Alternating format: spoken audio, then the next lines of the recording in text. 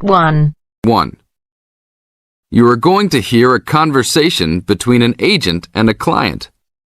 First, you have some time to look at questions 1 to 6.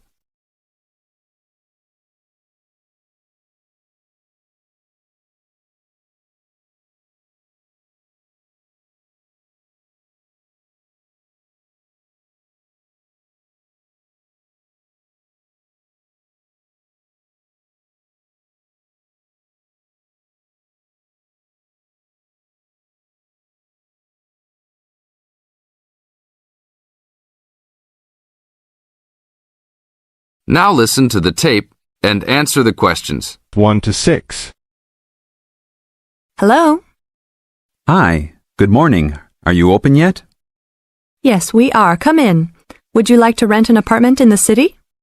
Well, kind of. I'd rather rent one near the harbor if possible. Oh, okay. Do you like the water? Yes, I do, but I actually repair sailboats for a living. So I'd like to be close to work. That's understandable. We all want to live close to work. Well, I think I have something near there. How many rooms would you like? Just one. I'm alone. But I would like to have an extra room for my dog. So you'd like 2 rooms and an apartment that accepts animals. Here's one. It's 1 block up from the harbor and renting for $445. How's that? That's perfect. Just what I was hoping to pay. What floor is it on? Floor? Oh, it's on the 12th floor. That's too high. I'd like to be on the 1st or 2nd floor so that I don't have to use the elevator. My dog, he's scared of them. Oh, well then, that's a little more complicated. Let me make a few calls. Okay, I think I found a couple more for you. Here's one that might suit your needs. How much? $395 a month. That's cheap. But it's only a 1-bedroom, a large one, but it's still just 1 room. Oh, well, regardless of whether the room is small, I still need a separate room for my dog. What else do you have? Then I have a 2-bedroom for $565 on the 2nd floor that is a little further away from the harbor. How far? About a half mile, and they accept pets.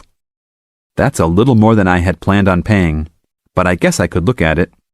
What's the address? 224 Williams Avenue, Harbor Square. 224 Williams Avenue. Got it. Now look at questions 7 to 10.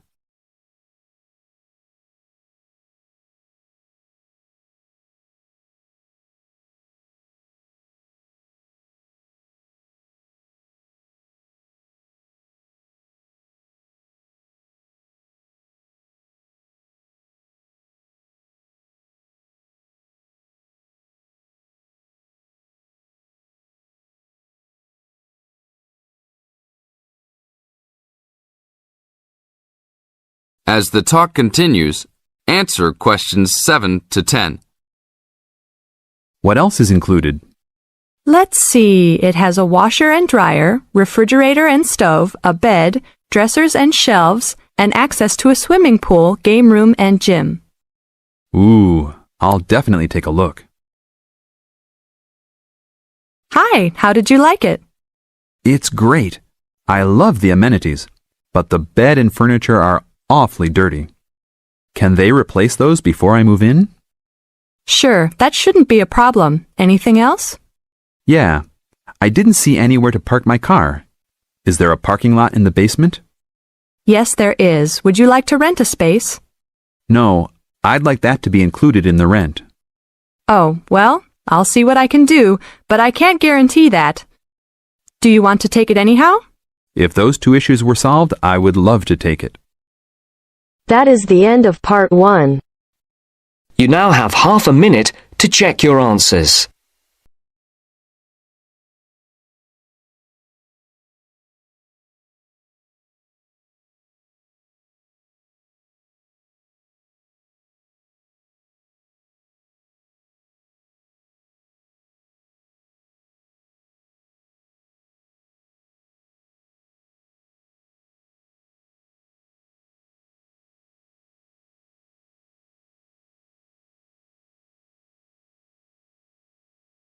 Section 2.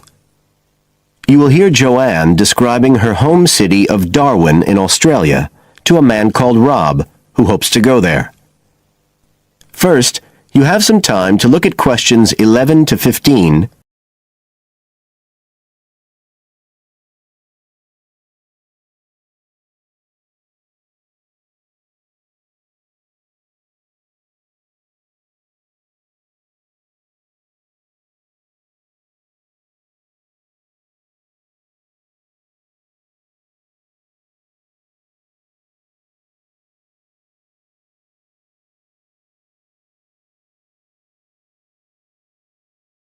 Now listen carefully and answer questions 11 to 15. Joanne?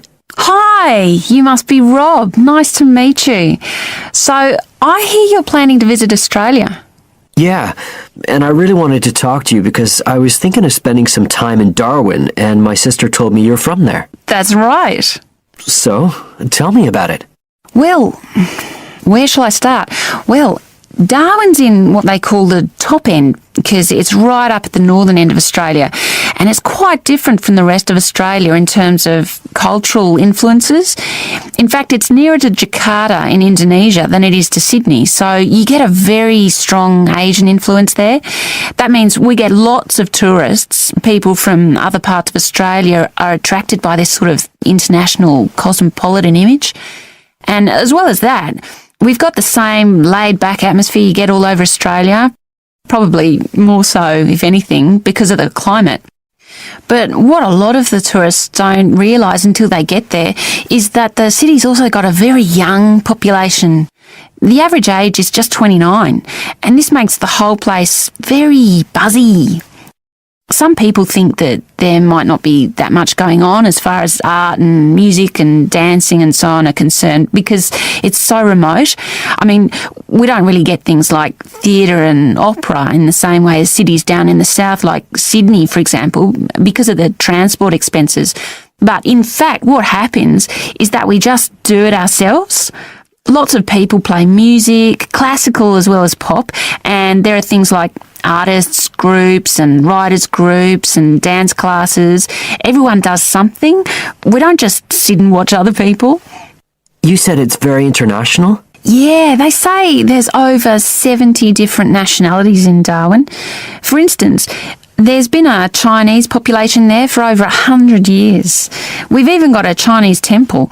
It was built way back in 1887, but when a very bad storm, a cyclone in fact, hit Darwin in the 1970s, it was almost completely destroyed. The only parts of the temple that survived were part of the altars and the stone lions, but after the storm they reconstructed it using modern materials. It's still used as a religious centre today, but it's open to tourists too, and it's definitely worth going to see it. Oh, and as far as getting around goes, you'll see places that advertise bicycles for hire, but I wouldn't recommend it. A lot of the year it's just so hot and humid. Some tourists think it'll be fine because there's not much in the way of hills and the traffic's quite light compared with some places, but believe me, you're better off with public transport. It's fine and not expensive, or you can hire a car, but it's not really worth it. What's the swimming like? Well, there are some good beaches, but the trouble is that there's this nasty creature called the box jellyfish, and if it stings you, you're in bad trouble. So you have to be very careful most of the year, especially in the winter months. You can wear a lycra suit to cover your arms and legs, but I wouldn't like to risk it even so, personally. And there are the saltwater crocodiles too. I mean, I don't want to put you off. There are protected swimming areas netted off where you'll be safe from jellyfish and crocs, or there are the public swimming pools. They're fine, of course. You now have some time to look at questions 16 to 20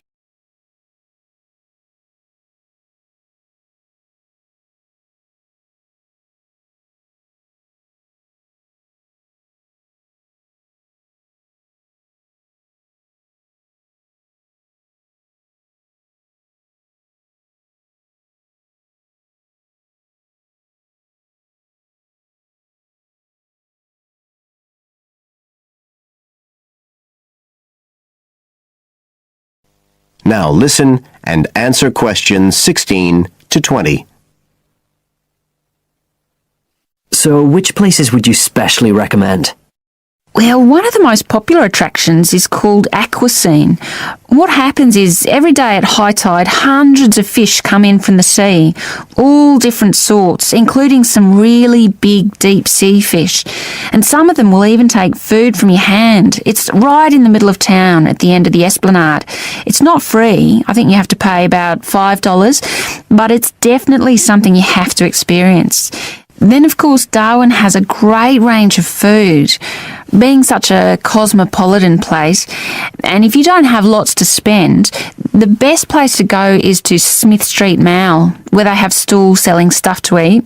There's all sorts of different things, including Southeast Asian dishes, which I really like.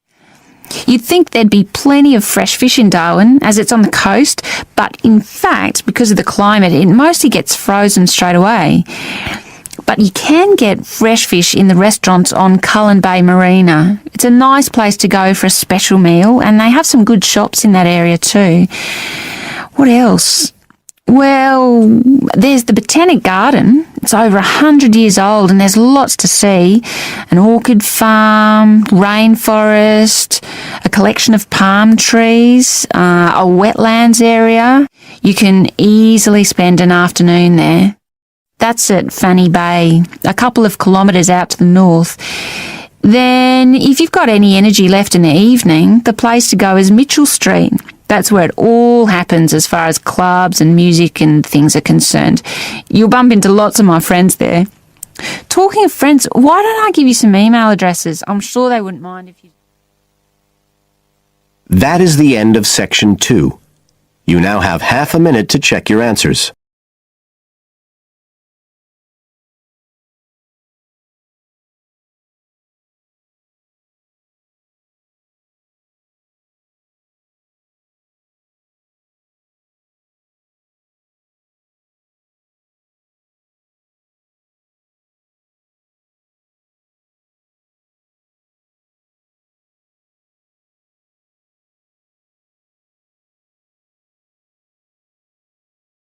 Now turns to part 3.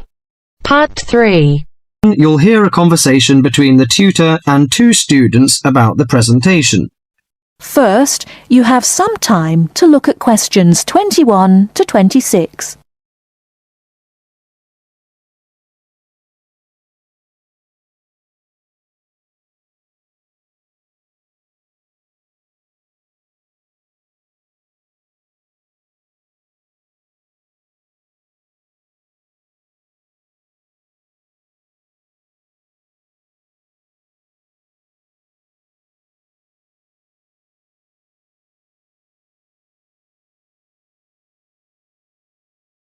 Now listen carefully and answer questions 21 to 26.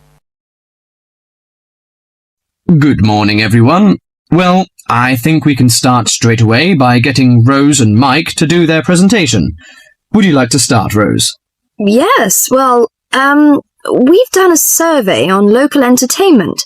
Basically, we try to find out how students feel about the entertainment in the town and how much they use it.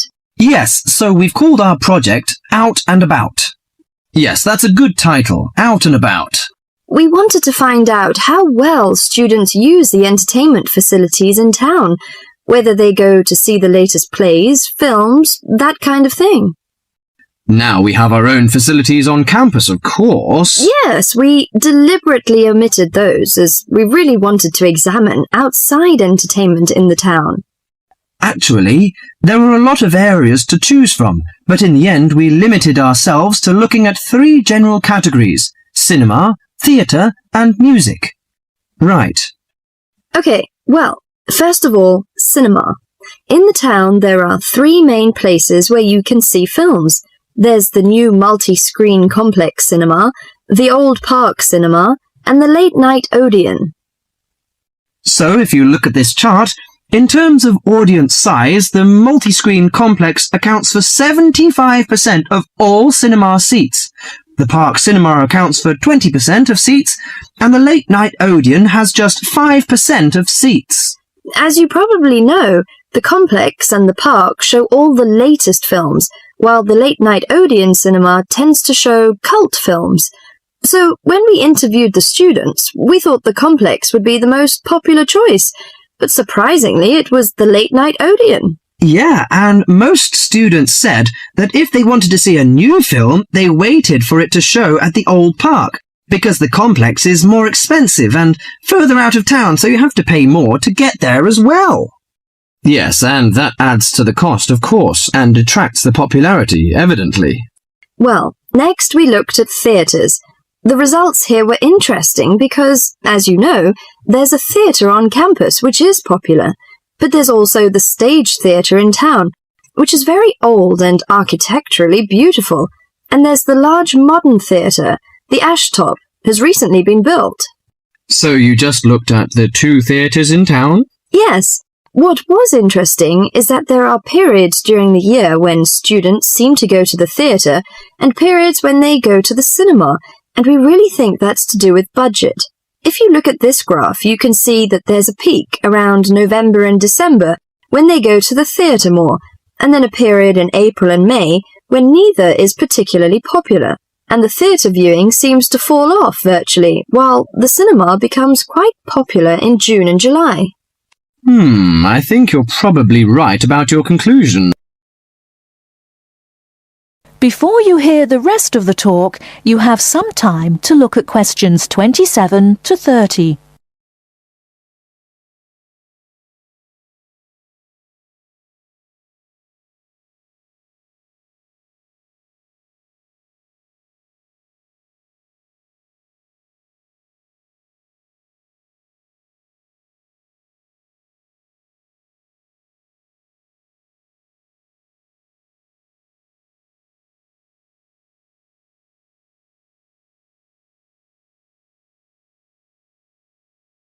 Now listen and answer questions 27 to 30.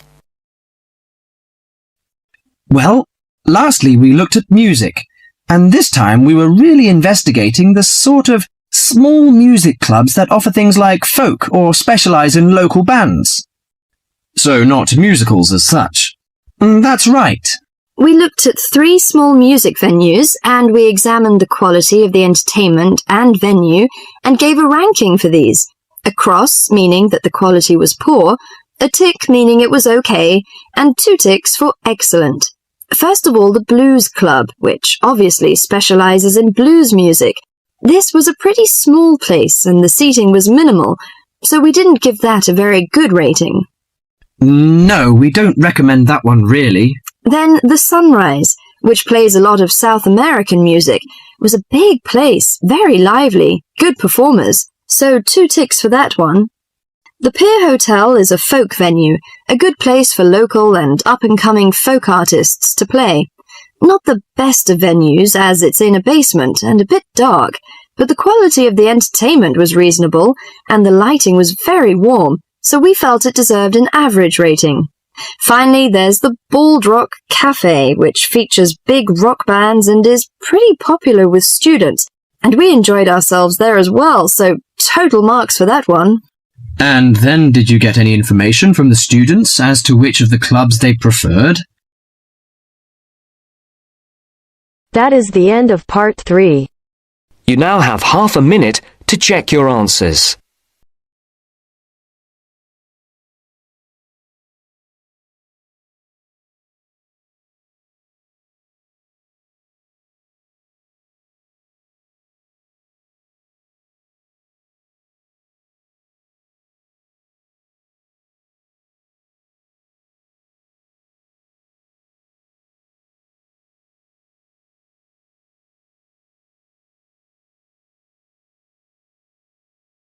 Now turns to part 4.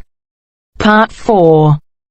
You are going to hear a talk about universities and colleges in Britain. As you listen to the talk, complete the notes below. First, you have some time to look at questions 31 to 40.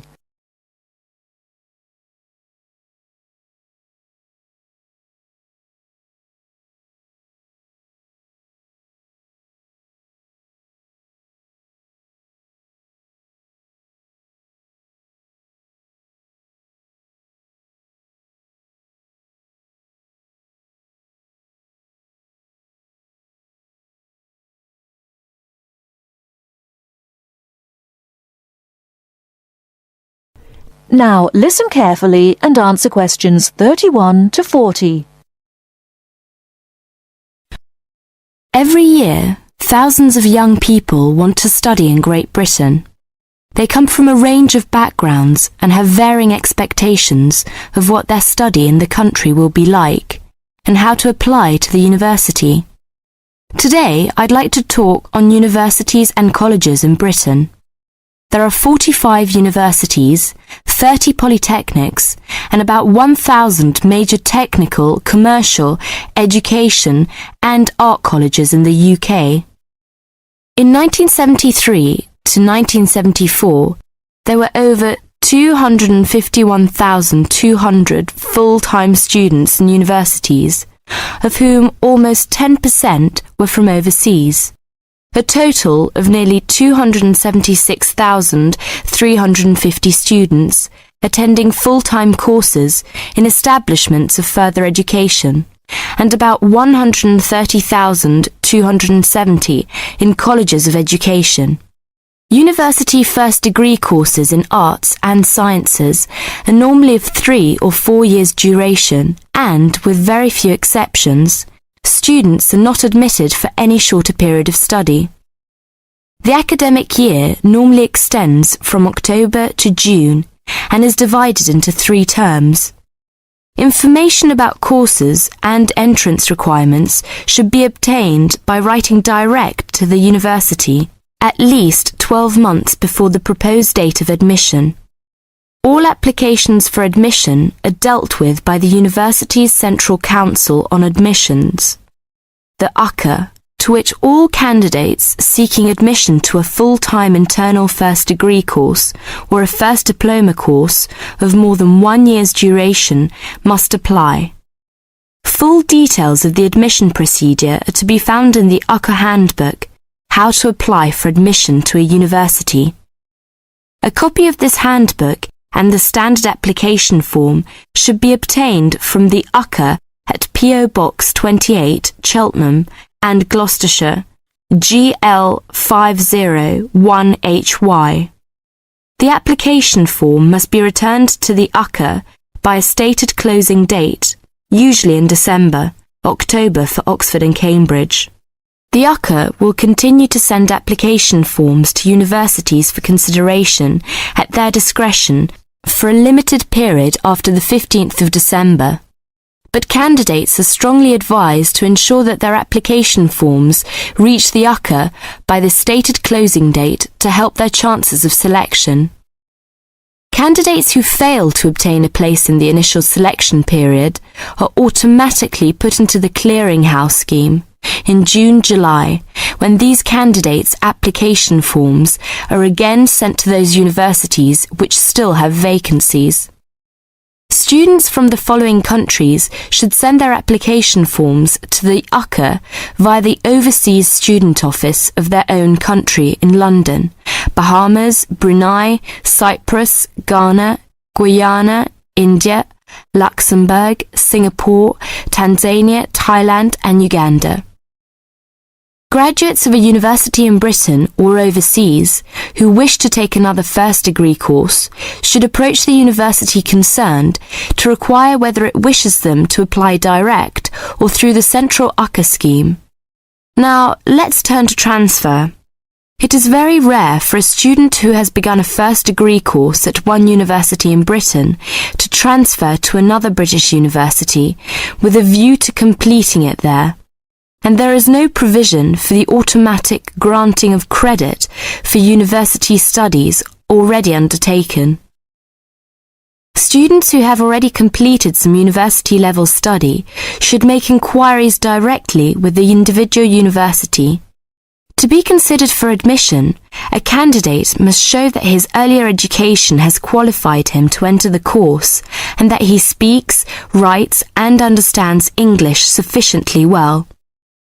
The usual minimum qualifications for entry to a first degree course in a university are good passes in the General Certificate of Education, the British School Leaving Examination, either 3 passes at ordinary level and 2 advanced level, or 1 at ordinary level and 3 at advanced level. A certificate which gives admission to a university in the candidate's own country will be taken into consideration for admission to a British university. But a university may still require passes in some subjects of the GCE, or an equivalent examination. It should be noted that possession of the minimum entrance requirements does not guarantee admission. Selection is competitive, and each application is judged on its merits. The British Council offices overseas and the Schools Council, 160 Great Portland Street, London W1N 6LL, are prepared to offer advice on the acceptability of specific overseas qualifications in place of the British General Certificate of Education. A copy of the original certificate and, where appropriate, an approved translation should accompany all inquiries. That is the end of part 4. You now have half a minute to check your answers.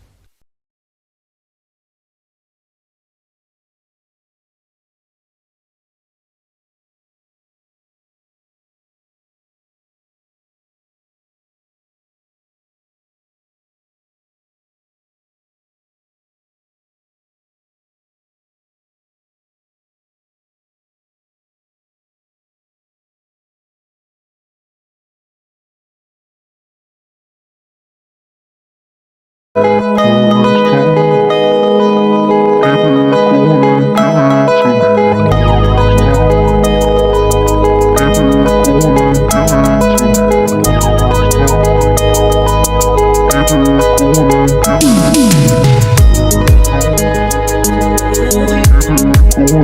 to